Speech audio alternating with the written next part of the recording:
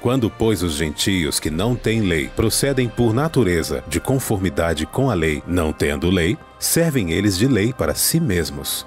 Romanos 2,14.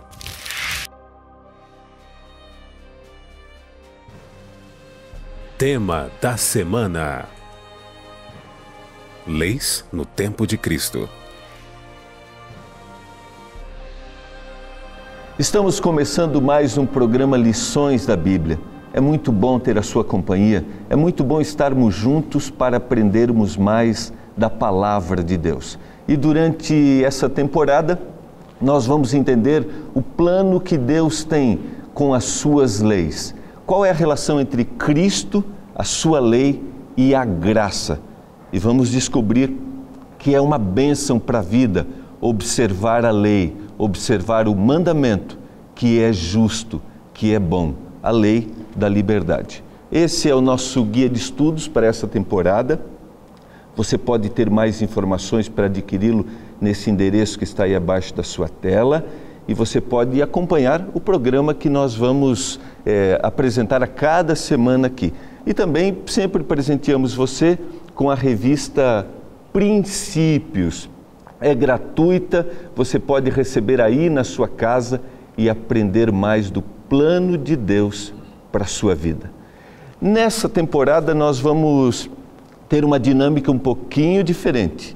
Nós teremos 3 convidados que estarão conosco durante todos os meses, durante todos esses dias, durante todos os programas. E eu quero apresentá-los. Eu posso dizer aqui, os meus amigos, viu? Pastor Jolivet Chaves, pastor Ranieri Salles e pastor Werley Gomide. Vou começar com o que está mais próximo aqui. Pastor Werley Gomide, seja bem-vindo. Queria que o senhor se apresentasse, dissesse de onde vem. Nós que estamos nos reencontrando depois de 18 anos, fomos contemporâneos. Passa rápido o tempo. Seja bem-vindo, pastor. Muito obrigado, pastor. Bom, meu nome, como mencionado, Werley Gomide, eu trabalho no norte do Brasil, na FAAMA, Faculdade Adventista da Amazônia. Nós estamos já funcionando há 4 anos, indo para o 5º ano. O ano passado tivemos a primeira turma de formatura de teologia e eu trabalho ali no Seminário Adventista Latino-Americano. Qual é a sua área de atuação? Teologia sistemática. Ok. Tá bom, seja bem-vindo. É uma alegria poder revê-lo. Vamos fazer assim, vamos fazer o anti-horário aqui. Pastor Ranieri Salles, meu colega de área de trabalho. Seja bem-vindo, pastor. Obrigado pelo convite, estou muito feliz de estar aqui. Vamos compartilhar momentos muito bons e com certeza muito proveitosos de estudo da Bíblia. Como foi dito, eu sou Ranieri Salles, sou pastor da igreja do UNASP Engenheiro Coelho. Ok. A igreja do UNASP é a igreja adventista que fica na nossa sede de faculdades ali, Engenheiro Coelho. O UNASP é Centro Universitário Adventista de São Paulo. O Centro Universitário Adventista de São Paulo funciona em 3 campi. O UNASP São Paulo, o UNASP Hortolândia e o UNASP Engenheiro Coelho, que é o mais recente, é o mais novo dos 3 e tem uma estrutura muito grande. Funcionam ali mais de 15 cursos superiores e temos uma grande igreja ali. Quantos membros o pastor tem lá? Olha, nós reunimos aos sábados, nas últimas semanas, no início desse novo semestre letivo, nós tivemos nos últimos 2 sábados aproximadamente 4.500 pessoas assistindo aos cultos no sábado. Começamos agora há pouco a fazer 2 programações de culto aos sábados para poder comportar. Nossa igreja comporta aproximadamente 3.000 pessoas e a quantidade de gente é muito maior do que os lugares que temos ali. Pastor, seja bem-vindo. Obrigado. Pastor Jolivet Chaves. Sim. Da onde o senhor vem, pastor Jolivet? Então, tenho o privilégio de dirigir o curso de teologia no IAN, a nossa faculdade que fica no nordeste do Brasil, na Bahia. Eu dirijo o seminário de teologia, sou professor também na área de missiologia no seminário e é uma alegria nesse momento poder participar aqui. Esse ano nós estamos com 503 alunos matriculados, é um movimento muito grande. E o IAN está em expansão, né? Alguns cursos novos estão agora para serem iniciados e o principal deles está ainda num processo de aprovação, mas andando realmente num processo assim que vai se viabilizar, se Deus quiser, o curso de odontologia. Agora, recentemente, há 15 dias atrás, recebemos a comissão de acreditação da Associação Geral e esse primeiro passo foi aprovado. Eles retornam em agosto, possivelmente devemos ter aí nos próximos meses essa autorização para início do curso de odontologia. Todo curso que a igreja abre em qualquer parte do mundo precisa de uma aprovação da sede mundial da igreja. Essa comissão que esteve lá, né? Em realidade, assim, os cursos na área de saúde e teologia. Ok.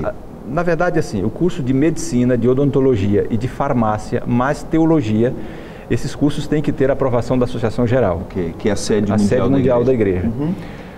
Os outros cursos devem ter aprovação em nível de divisão. Ok, né? Aí em nível de continente. Okay. Uhum. Em nível de continente. Ok. E queria só ressaltar também a nova turma de mestrado em teologia que está começando agora nesse meio de ano. 18 de junho a 18 de julho. Uhum. Estamos iniciando a nova turma de mestrado em teologia lá no IAN. Você sabe que eu fiz minha faculdade de teologia em São Paulo, mas eu fiz minha convalidação lá no IAN, na Bahia, quando eu estava no Espírito Santo. Então a gente tem um carinho muito grande. A sede fica o quê? Umas 2 horas de Salvador, mais ou menos? 130 quilômetros de Salvador, em uma pequena cidade chamada Cachoeira. Okay. Está bem próxima de uma cidade mais conhecida, que é Feira de Santana. Ok. Tá bom. Sejam bem-vindos. Eu tenho certeza que nós vamos ter bons momentos aqui, vamos crescer juntos nesse tema, que é um tema muito importante para a nossa vida e que às vezes algumas pessoas têm dificuldade de entender. Eu tenho certeza que será uma bênção para a sua vida. Abra seu coração. Eu sei que quando nós falamos de lei, de alguma forma nós temos algum preconceito, nós temos alguma dificuldade de entender. Então, meu apelo para você é: abra o coração e deixe que o Espírito Santo trabalhe e que a palavra de Deus seja apresentada. O nosso guia sempre é baseado naquilo que a palavra de Deus nos diz. Nós vamos começar com uma oração. Pedir ao pastor Jolivet, por favor. Bondoso Pai, querido Deus, que privilégio nesse momento podermos nos reunir para estudar a Tua palavra através desse guia de estudos. Queremos suplicar que Teu Espírito aqui esteja nos dando discernimento, nos dando sabedoria, principalmente para aplicar esses conceitos em nossa vida. Que o Senhor abençoe também todos os que estão assistindo, que de alguma forma sejam influenciados por esta mensagem, por essas palavras que estarão ouvindo, e que tudo possa redundar em bênçãos, no crescimento das pessoas que Te amam e também possa redundar na honra do Teu nome. Amém. Nós pedimos em nome de Jesus. Amém. Amém. Eu gostaria de começar lendo um texto da palavra, o texto de Apocalipse, capítulo 12, verso 17. Antes de nós entrarmos especificamente no nosso estudo dessa semana, eu gostaria que a gente pensasse um pouquinho na introdução. Apocalipse 12, 17 diz: irou-se o dragão contra a mulher e foi pelejar com os restantes da sua descendência, os que guardam os mandamentos de Deus e têm o testemunho de Jesus, e se pôs em pé sobre a areia do mar. Nós estamos em um grande conflito, na luta entre o bem e o mal. De alguma forma, a lei de Deus que expressa o seu caráter, que é o amor, centraliza-se nisso. Ou seja, nós somos perseguidos por buscarmos fazer a vontade de Deus expressa na sua lei. A pergunta é: por que é importante que a gente tenha leis? Por que tirar aí 3 meses para estudar só sobre a lei? Qual é o objetivo de Deus ao dar a lei? Qual é a intenção que Deus tem? Em primeiro lugar, a lei de Deus é o fundamento do governo de Deus, né? Então Deus, Ele governa o universo, que é a sua criação, através das leis, e se não houvesse lei seria um caos. Então Deus expressa o seu caráter através desse fundamento do seu próprio governo. E em segundo lugar, porque a relação da criatura com o Criador tem que ser uma relação de amor. né? E o amor, ele envolve a liberdade de escolha. Deus não nos criou autômatos, programados para fazer a vontade dele ou programados para amá-lo. Essa é uma escolha que a criatura tem liberdade para fazer. Então, para que haja escolha, tem que haver uma definição entre o que é certo e o que é errado, o que Deus aprova e o que Deus desaprova. Então, diante dessas alternativas, dessas opções, eu tenho liberdade de escolha. Então, a lei de Deus é, em primeiro lugar, o fundamento do governo de Deus e, em segundo lugar, é o que estabelece a possibilidade desse relacionamento amorável com o próprio Criador. Nós não viveríamos em um mundo se nós não tivéssemos ordem, se não tivéssemos lei. É justamente o contrário do caos mencionado pelo pastor Ranieri, não é? Ordem e caos. Então a lei, ela traz a ordem. Onde não há lei, não há ordem, existe o caos. Agora é interessante pensar nessa questão aí, né? A lei está relacionada com o amor e geralmente a gente pensa diferente, né? A gente pensa na lei como algo rígido que não é uma expressão de amor, mas na verdade é assim, porque através da lei nós somos protegidos, né? A lei expressa o caráter de Deus porque expressa aquilo que Deus é. Deus, ao dar-nos a lei, está nos trazendo um reflexo daquilo que Ele mesmo é. O seu caráter é assim, perfeito, é ordem, é amor. E através da lei nós somos protegidos. Vamos pensar num país, por exemplo, as leis de trânsito. As leis de trânsito nos protegem. Imagina o que seria de nós se não houvessem leis de trânsito. Então, na verdade, a lei é uma expressão de amor, porque expressa o cuidado de Deus, a proteção de Deus para conosco, seres humanos. O pastor citou, nós não podemos ser autônomos, ou seja, pensando na origem, autômatos. Eu vou pegar aqui a origem da palavra, né? Nós não podemos criar as nossas próprias leis. Por isso Deus nos dá uma direção. Nós não podemos, por nós mesmos, criarmos as nossas leis, até por causa da nossa limitação. O que o ser humano faz e tem feito ao longo da história das civilizações é estabelecer regras, legislações. Muitas dessas legislações têm a sua base nos próprios mandamentos bíblicos. Então, o ser humano tem essa liberdade, sim, de estabelecer legislações, leis, etc. Agora, quando a gente fala de imoralidade... Exatamente. O que é imoral? Aquilo que contraria a lei. Então, existe um princípio que é absoluto. O que nós não podemos fazer é estabelecer o que é certo e o que é errado. Isso já está estabelecido. Isso aí. Isso já está estabelecido. A tentativa do ser humano, das civilizações humanas, é justamente definir leis que estabeleçam de forma clara entre o certo e o errado. E às vezes o ser humano erra nisso. Existem leis que não são justas, que não são perfeitas. No entanto, quando a gente fala na lei moral de Deus, é uma lei que define muito claramente, né, o que é certo e o que é errado. E para isso nós não temos liberdade. Deus nos dá a liberdade de obedecer ou desobedecer, mas não de estabelecer o que é certo e o que é errado. Isso aí é absoluto. E essa palavra de absoluto, a palavra absoluto, é muito difícil de aceitar nos nossos dias. Exatamente. Né? Nós vivemos numa época, numa era em que o que se fala é relativismo, é liberdade, né? Cada um define o que é certo e errado para si mesmo, o que é certo para você pode não ser para mim. Então esse relativismo, essa mentalidade, né? essa configuração mental é contrária daquilo que a Bíblia estabelece. Por isso que é muito difícil tratar esse assunto. Vamos ter um grande desafio aqui, então, né? Tentar de alguma forma, né, levar nosso querido telespectador a entender que Deus tem um plano e ele se expressa através da sua lei.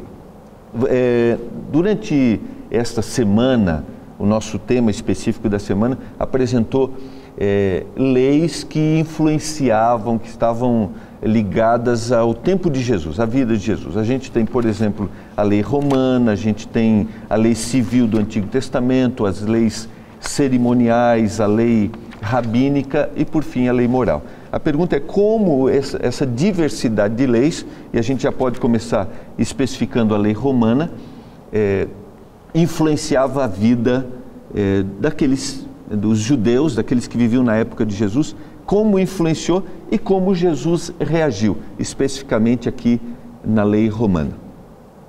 Se nós olharmos a questão, pastor, em relação a Jesus, nós poderíamos colocar uma base anterior, seus próprios pais.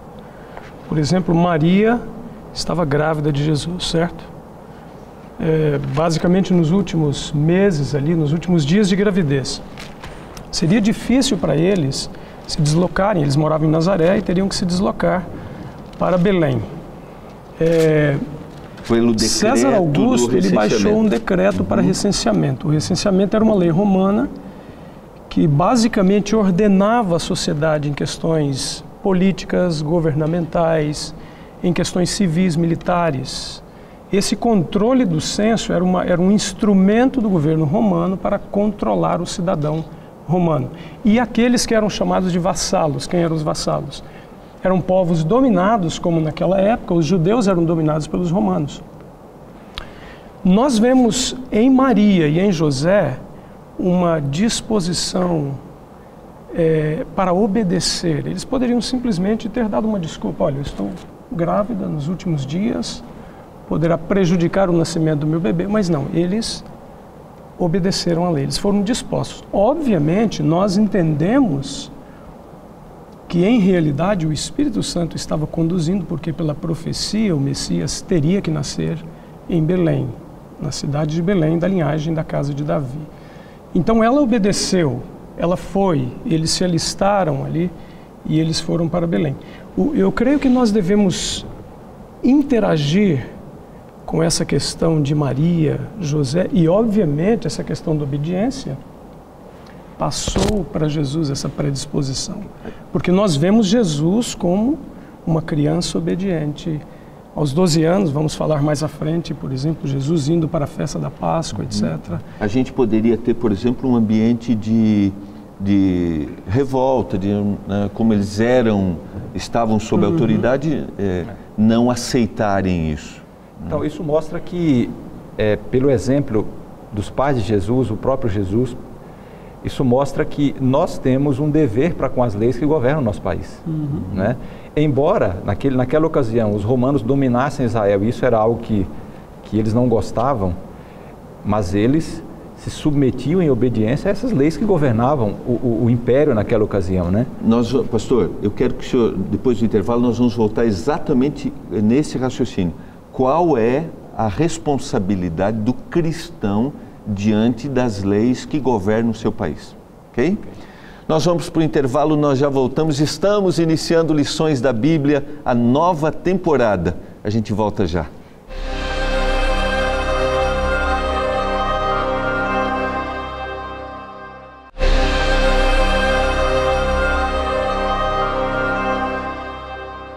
Você está acompanhando o programa Lições da Bíblia. Estamos em uma nova temporada, Cristo e a sua lei. E no programa desta semana, quais as leis que existiam na época de Jesus e como elas influenciavam a vida do povo judeu. Pastor, o senhor estava terminando o raciocínio, vamos retomar a influência da lei romana, a reação dos pais de Jesus, o pastor Werley citou, e qual a responsabilidade do cristão diante das leis do seu país. Então, os pais de Jesus e o próprio Jesus também, em alguns momentos demonstraram esta obediência, essa conformidade com as leis que governavam o império na época.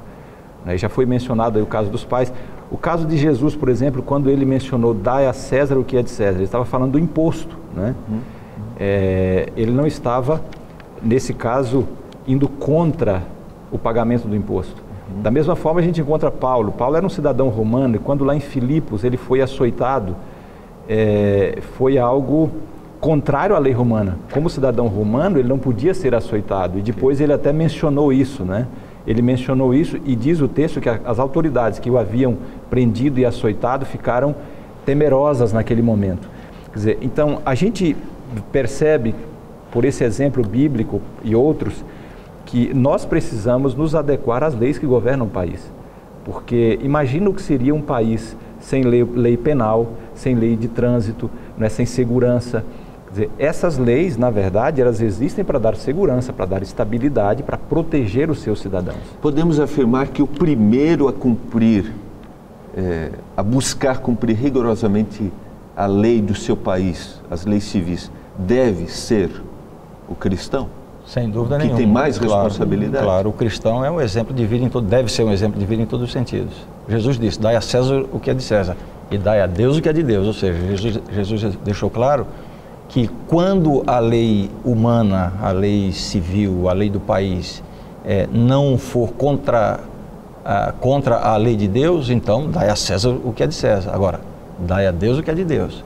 Quer dizer, o cristão, ele tem uma responsabilidade diante de Deus de ser fiel à sua própria consciência. Então, em alguma circunstância em que a lei do país for contrária à lei de Deus, aí o cristão, evidentemente, vai optar pela lei de Deus. Ok. Nós temos no nosso guia de estudos também as leis civis no Antigo Testamento. A lição cita, por exemplo, a lei da necessidade das duas testemunhas. Tá? Como essas leis regiam e como elas influenciavam e qual era o benefício que elas traziam para o povo na época? Elas existiam justamente para regular, não é o direito de cada pessoa, especialmente a questão do julgamento, porque um indivíduo poderia ser uma testemunha comprada, uma testemunha falsa, e pelo testemunho de uma pessoa, esse indivíduo poderia vir a ser condenado. Então era estabelecido pela lei que deveriam ser de 2 a 3 testemunhas, pelo menos, para que uma pessoa pudesse, então, ser encontrada culpada. Nós vemos isso claramente no caso de Jesus. Eles procuraram e não tinham sequer uma testemunha contrária. Por isso, eles necessitaram de testemunhas falsas. Nós podemos citar o texto? Podemos ler? O texto é Mateus capítulo 26, é isso, pastor?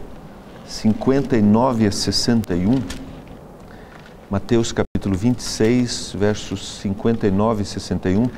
Ora, os principais sacerdotes e todo o sinédrio procuravam algum testemunho falso contra Jesus a fim de o condenarem à morte. E não acharam, apesar de se terem apresentado muitas testemunhas falsas. Mas afinal compareceram 2 afirmando, este disse, posso destruir o santuário de Deus e reedificá-lo em 3 dias. De uma forma, havia uma responsabilidade e isso era uma proteção para o cidadão.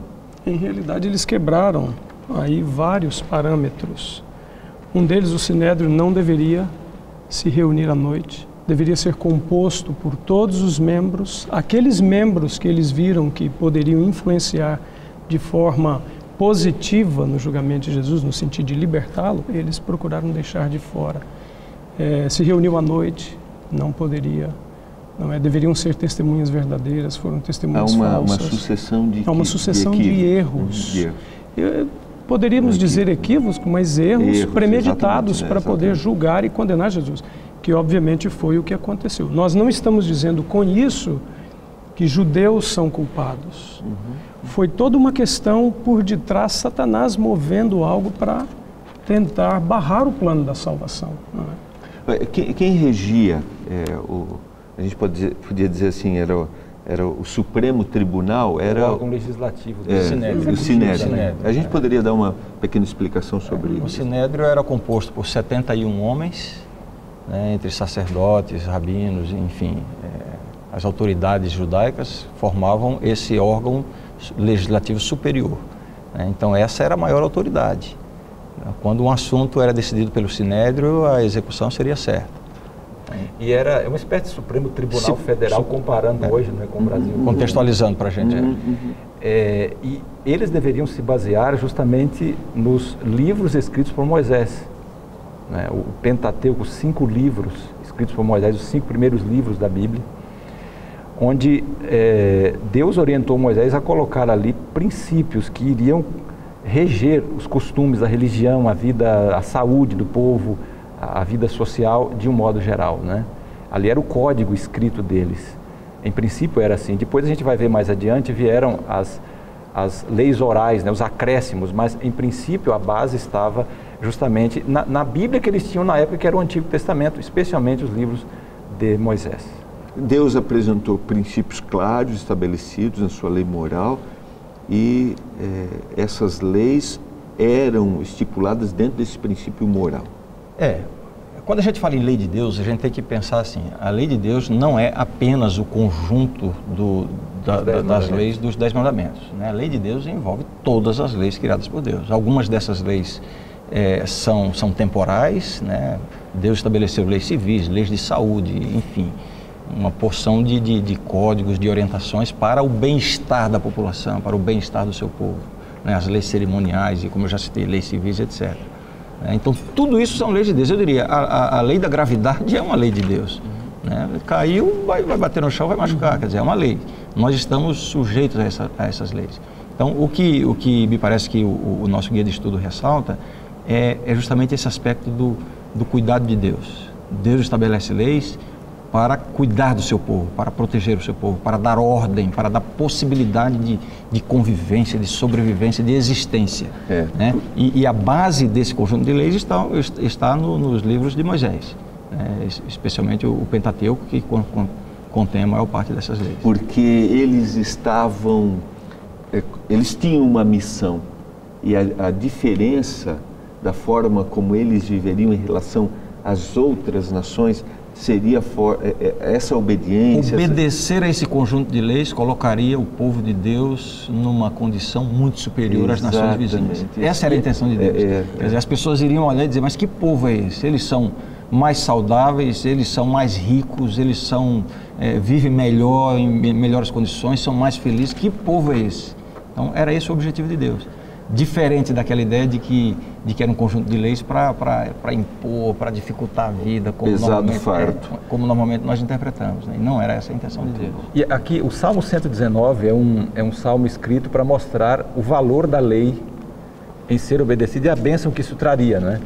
E aqui são várias palavras diferentes usadas para, na verdade, falar da mesma coisa que é a lei de Deus, o conjunto, né, de estatutos, de leis de Deus. Por exemplo, aqui usa a palavra preceito, usa a palavra testemunho, usa a palavra vereda, usa mandamentos. São 8 palavras diferentes para dizer a mesma coisa, o conjunto de ensinamentos de Deus, especialmente nos livros de Moisés, mas em toda a Bíblia, né? E o Salmo, inclusive, já começa dizendo: bem-aventurados os irrepreensíveis no seu caminho, os que andam na lei do Senhor. Esses são os felizes. E esse era o plano de Deus. Ok. Pastor, você queria fazer uma observação? É interessante notarmos que a força da lei, ela não está na própria lei. A importância de todo o conjunto de lei, por exemplo, o pastor mencionou a lei da gravidade, é o legislador que está por detrás da lei. Então, o caráter da lei, toda lei boa, até porque foi mencionada aqui a questão da relatividade, né? O relativismo com que as pessoas veem hoje o absoluto. A palavra de Deus, ela tem um absoluto, muito embora muitas pessoas queiram questionar esse fator. Então, o importante da lei é aquele que está por detrás da lei, o legislador é Deus. Okay. Ele não vai contra as próprias leis, ele estabelece, por exemplo, como já mencionado muito bem, leis que são temporárias por causa da situação de pecado, mas os princípios por detrás são eternos, porque por detrás do princípio eterno está quem? O legislador, que é eterno. Nós temos também no nosso guia de estudos a descrição das leis cerimoniais do Antigo Testamento. Nós temos uma diversidade, a gente tem as de holocausto, a gente tem de manjares, a gente tem as leis cerimoniais centralizadas no santuário. Qual era o objetivo de Deus ao dar essas leis para o povo? Era um objetivo essencialmente didático. Deus queria ensinar o plano da salvação para o seu povo, queria que eles tivessem uma noção muito clara do que seria a vinda de Jesus Cristo, o sacrifício de Jesus Cristo e como esse sacrifício serviria como pagamento pelos pecados da humanidade, que através de Cristo somente se poderia alcançar a salvação. Só que Jesus não tinha vindo ainda. Então, como Deus poderia estabelecer isso de forma didática, clara, né, experimental para o povo? Ele estabeleceu um conjunto de leis cerimoniais, eram muitas cerimônias, sacrifícios, manjares e purificações, enfim. Evidentemente, o principal rito eram os sacrifícios, as ofertas, mas esse conjunto de leis cerimoniais era digamos assim, uma dramatização do Calvário. Era uma forma antecipada de mostrar o que Jesus viria fazer. Então, não era um fim em si mesmo, absolutamente. Quando se fazia um sacrifício de um animal e se derramava o sangue era aspergido no altar, era levado para dentro do santuário, etc. Não era esse sacrifício que trazia o perdão para o pecado. O pecador ele tinha que ter a noção de que esse sacrifício representava o Messias que viria. Então era um exercício de fé. Ou seja, no Antigo Testamento e no Novo Testamento, sempre a salvação sempre é mediante a fé em Jesus Cristo. Nós corremos o risco, às vezes, de achar que algumas coisas que existem de regras, elas têm um fim em si mesmo, e a gente acha que ali a gente corre o mesmo risco. Era um perigo para o povo do Antigo Testamento, porque eles tinham muito sacrifício, e um perigo para nós hoje. Às vezes nos atemos a alguns ritos mesmo que temos na igreja, na vida cristã, e transportamos para esses ritos, essas cerimônias, algum valor que não existe. É somente uma coisa simbólica, representativa. Para a gente pensar isso, pastor. Então, eu ia dizer que no Antigo Testamento, e mesmo na época de Jesus, em algumas ocasiões isso foi mencionado. Quer dizer, a cerimônia para o povo, para a visão do povo, era algo que lhes ausentava da necessidade de fidelidade, de uma experiência de fidelidade com Deus. E aí o próprio Jesus mencionou, citando o Antigo Testamento, misericórdia, eu quero não o holocausto. Quer dizer, o holocausto era importante, mas ele apontava para Jesus. Ok, nós não estamos descartando. Exatamente. Porque a cerimônia, ela encanta, né?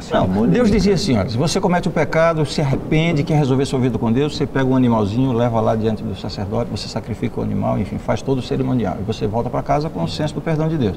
Claro, mas não era o sacrifício que traria o perdão. Tinha que ter um coração contrito, um coração arrependido. O que as pessoas faziam? Esqueciam a contrição, esqueciam a vida com Deus, passaram a dar valor no sacrifício. Então faziam o sacrifício com um coração impuro, com um coração cheio de maldade. Aí Deus disse, olha, não é isso que eu quero. Eu quero o seu coração, eu quero a sua sinceridade. Ok, você percebeu, né, que o tema ele é intrigante, ele mexe com a gente. Eu tenho a certeza de que nós teremos uma temporada que vai nos ensinar muito sobre o propósito de Deus. Nós vamos para o intervalo e nós já retornamos. Você está assistindo o programa Lições da Bíblia.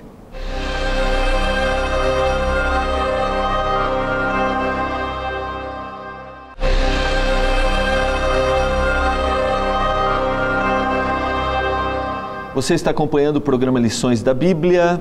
E nós queremos mais uma vez aqui enfatizar que a gente quer oferecer para você um presente, que é a revista Princípios. Você pode entrar no endereço, você está vendo aí embaixo da sua tela, e você faz ali a sua inscrição e você receberá gratuitamente na sua casa a revista Princípios, e você vai aprender mais do plano que Deus tem para a sua vida e para a vida da sua família. Vamos retomar aqui, eu queria rapidamente que a gente citasse as leis cerimoniais que existiam no Antigo Testamento. Uma informação técnica, mas eu creio que é importante para o telespectador. Pode ser?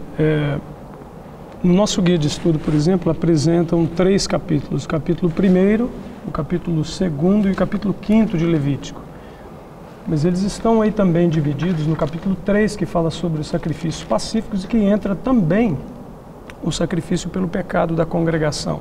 O capítulo 4 aborda o pecado pelo sacerdote, por exemplo, que às vezes a gente pensa assim, bom, um pastor, um sacerdote pecou, não tem solução. Não, haviam inclusive no capítulo 4 específicas ofertas para pecados de escândalo do sacerdote, porque ele era um líder e Deus provia para ele também. O único que não poderia pecar seria o Senhor Jesus Cristo, como realmente foi a sua vida perfeita. O capítulo 1, pastor, nos apresenta, por exemplo, as ofertas queimadas.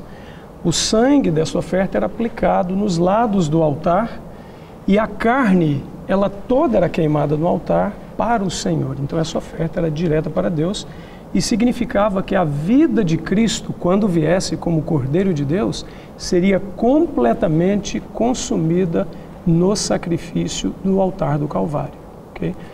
O capítulo 2, por exemplo, fala sobre as ofertas de grãos ou as primícias da colheita, também chamada de manjares. Eram grãos macerados, amassados, eram misturados com azeite e também com incenso que era usado ali no ofício do santuário, etc.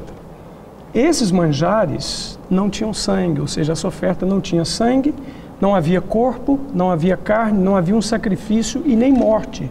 O que significava? Cristo era aquele que provia a vida eterna. Já no capítulo 5 fala sobre a oferta pela transgressão. O sangue novamente era aplicado nos lados do altar.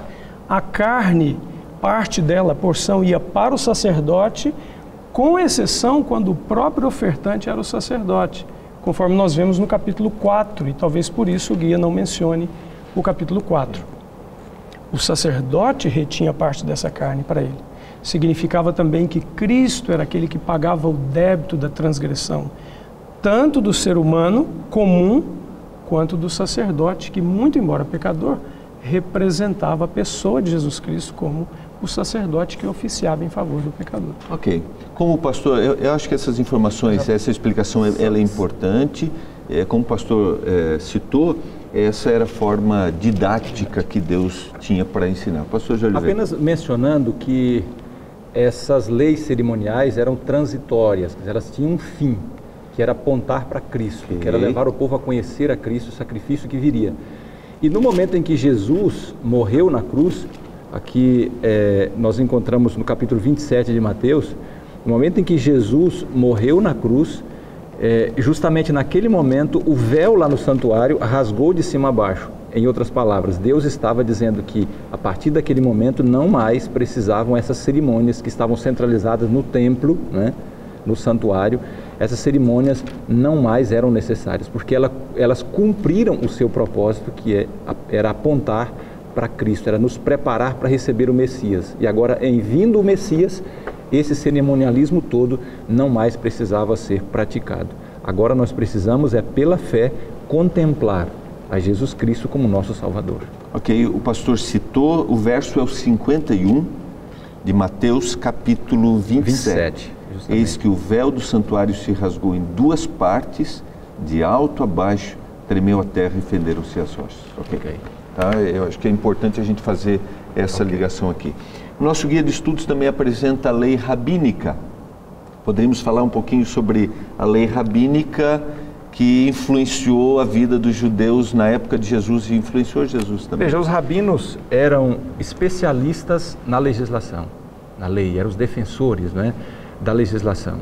Geralmente eles faziam parte do grupo dos fariseus, líderes religiosos, e o objetivo deles era fazer com que o povo observasse da forma mais estrita a lei conhecida, né, esse conjunto de leis que nós já mencionamos. E então, daí se criou a chamada lei oral. Eles iam fazendo uma espécie de adaptação à lei, e aqui o guia de estudo menciona que o significado era caminhar, né? Esse conjunto de leis orais que eles criaram, esse conjunto era chamado de caminhar. Por quê? Porque a ideia deles era como ajudar o povo a caminhar na lei de Deus. Então eles criaram essas orientações orais, né? Me parece assim, acho que me parece não, né? Que era a visão oriental da vida religiosa. Então era tentar mostrar como seria de forma prática a obediência aos Eles tinham a boa intenção de ajudar as pessoas a obedecerem à lei de Deus. Eles tinham a boa intenção. Então o pensamento deles era o seguinte: você pega as leis maiores que estão no Pentateuco, aí esmiuça isso em leis menores, em regras. Eles contaram mais de 600 regras no Pentateuco, quase 40 delas somente em relação ao sábado. Então, a intenção deles era fazer com que as pessoas se prendessem e obedecessem essas regras menores, porque fazendo isso, automaticamente estariam obedecendo às regras maiores. Queria facilitar. Então, a intenção era boa. Por isso a expressão caminhar, né? Para que o povo pudesse caminhar nos princípios, eles criaram todas essas leis orais aí chamadas leis rabínicas. Às vezes na nossa visão, parece que nós dividimos a nossa vida religiosa em compromissos que a gente tem em nossa congregação e depois no dia a dia nós nos separamos disso. Acabou o meu compromisso, então, né? E eles E a gente não pode ser assim, né? Isso que eu estou dizendo. Onde eu estou, onde eu ando, ali eu sou um cristão. Não a pessoa não pode ter uma vida compartimentada. Isso, né? Esse compartimento da minha vida é o compartimento religioso. Então eu tenho um dia para ir para a igreja, eu tenho minha atividade religiosa e tal. Os outros compartimentos são para outras coisas. O compartimento da família, do trabalho, que não tem religião. Não. A pessoa que vive com Deus, a religião domina a sua existência, né? Por isso Jesus diz, buscar em primeiro lugar o reino de Deus e a sua justiça. Todas as demais coisas serão acrescentadas. Então, não pode compartimentalizar a vida. E isso é importante a gente entender, porque Jesus não estava, ao contestar essas leis de alguma forma que eles tentaram facilitar, mas que se tornou mais importante do que o fundamento da lei, Jesus, ao contrapor, a colocar... contestar isso, Jesus não estava indo contra. Exatamente. Na verdade, o que Jesus contestou não foram as regras, o que Jesus contestou foi a hipocrisia deles. Exatamente. Eles estabeleciam leis para que o povo seguisse e eles próprios não seguiam. Aí nisso Jesus é veemente. E outra coisa também, geralmente assim, o originador dessas leis aqui, aqueles mais sábios, digamos assim, entre os rabinos, aqueles primeiros, eles criaram com toda boa intenção, mas aí vem o segundo, que é o discípulo daquele, e aí já olha para aquela regra como se ela fosse tão importante quanto o próprio fundamento, o próprio mandamento em si. E aí, em algum momento, ela passa a ter mais importância do que o próprio mandamento, e foi isso que Jesus combateu. Por causa de uma cerimônia dessa, por causa de uma lei oral desta, eu estou transgredindo uma lei de Deus, porque eu estou vendo agora como fim em si mesmo essa aqui. Exatamente. Aí, essa é a grande questão que Jesus coloca aqui. Por último, a lei moral, que o nosso guia apresentou. Eu acho que aqui nós temos que trabalhar um pouquinho a importância dos 10 mandamentos para a nossa vida e a intenção de Deus. Bom, qual é a diferença entre, eu estava pensando, né, entre a lei moral e as outras leis? A Bíblia tem um conjunto de leis. Qual é a diferença? Em primeiro lugar, a lei moral está baseada em princípios universais. Quer dizer, isso não veio por causa do pecado.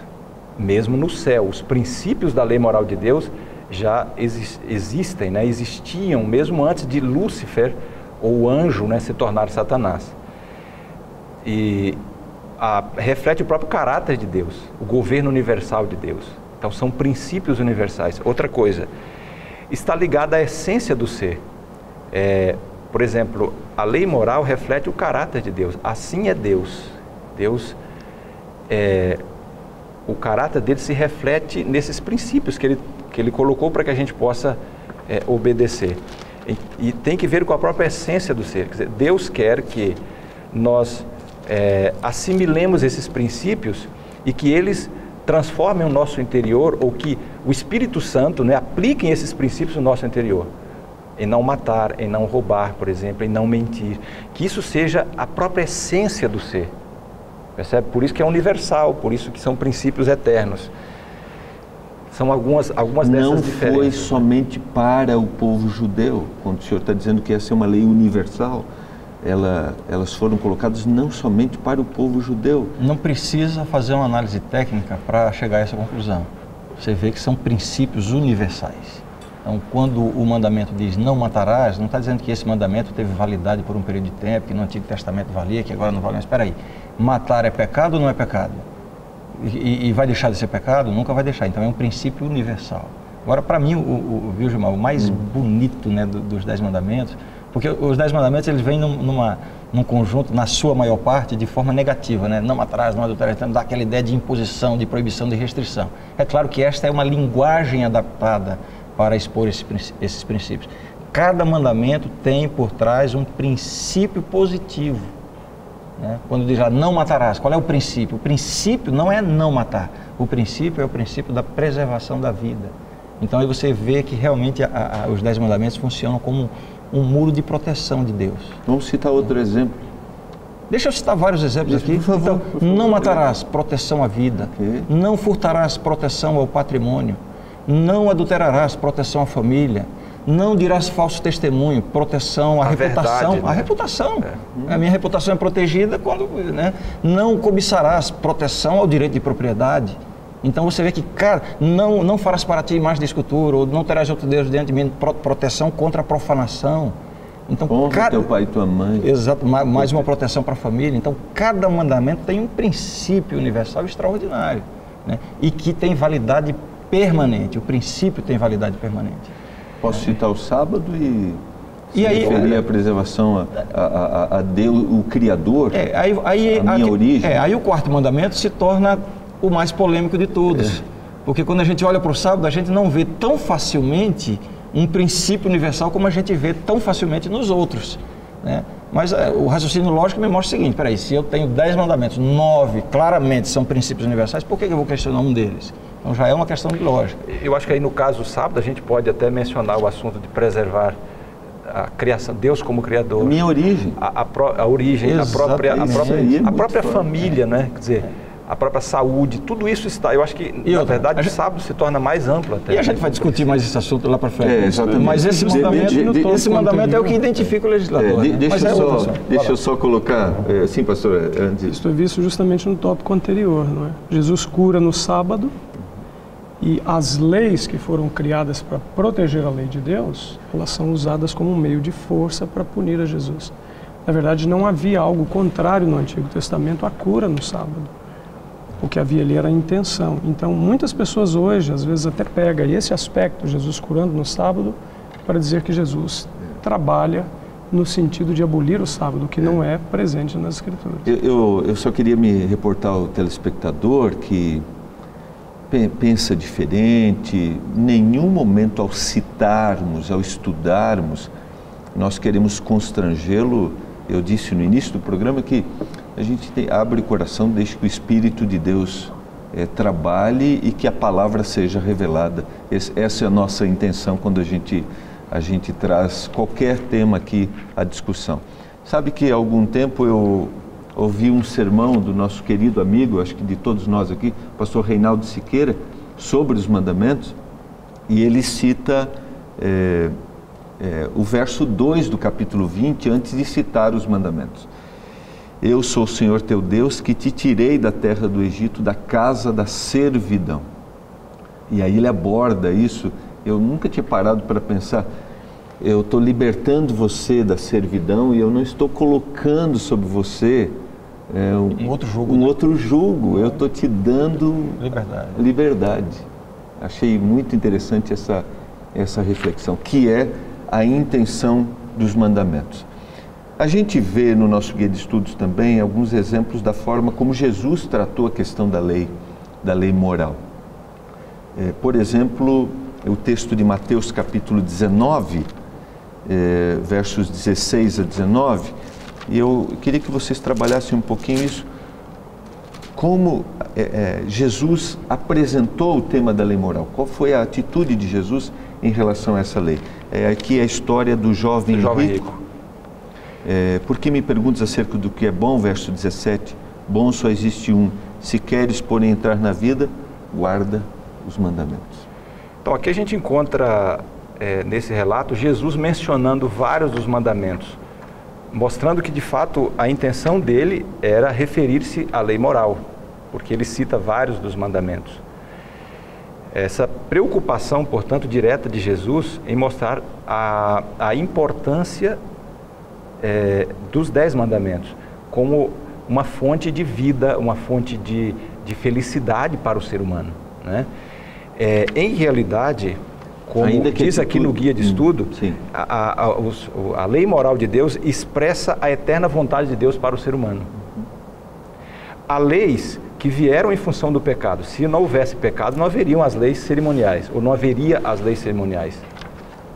A lei moral antecede ao pecado. São princípios eternos, né? Que de fato expressa a vontade de Deus para com os seres humanos e para com o universo. Nós vivemos em um universo moral, né? Ainda que a grande intenção do Senhor não é a letra, e a gente vê no exemplo do jovem rico, mas quando ele diz assim, o que eu preciso fazer para ser salvo? Jesus diz, vai e guarda os mandamentos. A gente não pode entender com isso que Jesus estava dizendo que para ser salvo é através da obediência. Exatamente. Jesus queria levá-lo a uma reflexão para mostrar qual é a essência dos mandamentos, é o amor. Então, quando vai guardar os mandamentos, eu já guardo os mandamentos desde a minha meninice. Aí Jesus, em outras palavras, disse assim, né? Em outras palavras, virtualmente Jesus teria dito, então, vamos ver se você está guardando na essência mesmo. Como é que está o seu amor? Vendo o que você tem, dê aos pobres. Exatamente. Aí ele saiu triste da presença de Cristo. Ou seja, ele guardava a letra da lei, mas ele não tinha amor pelo próximo. Então era isso que faltava. E em contrapartida também, eu creio que é bom mencionarmos que uma pessoa que diz que encontrou a salvação em Cristo, mas ela vive quebrando os preceitos, o próprio Jesus disse que é mentiroso, nele não está a verdade. A salvação não vem pela guarda da lei e, ao mesmo tempo, a lei serve como um muro de proteção. Se nós quebrarmos, nós estamos saindo desse perímetro de proteção. Ok, quero agradecer os amigos. Eu tenho certeza que nós crescemos aqui no conhecimento. Esse é o primeiro dos nossos 13 encontros que nós teremos pela frente. Nós vamos orar a Deus. Pedir ao pastor Ranieri, faça uma oração, por favor. Querido Deus, muito obrigado pelo estudo de hoje. Ajuda-nos a colocar esses princípios em prática na nossa vida. É o que pedimos, agradecidos em nome de Jesus. Amém. Amém. Foi muito bom estarmos juntos nesse programa Lições da Bíblia. Um abraço para você, que Deus abençoe muito a sua família. E não esqueça, e conhecereis a verdade, e a verdade vos libertará.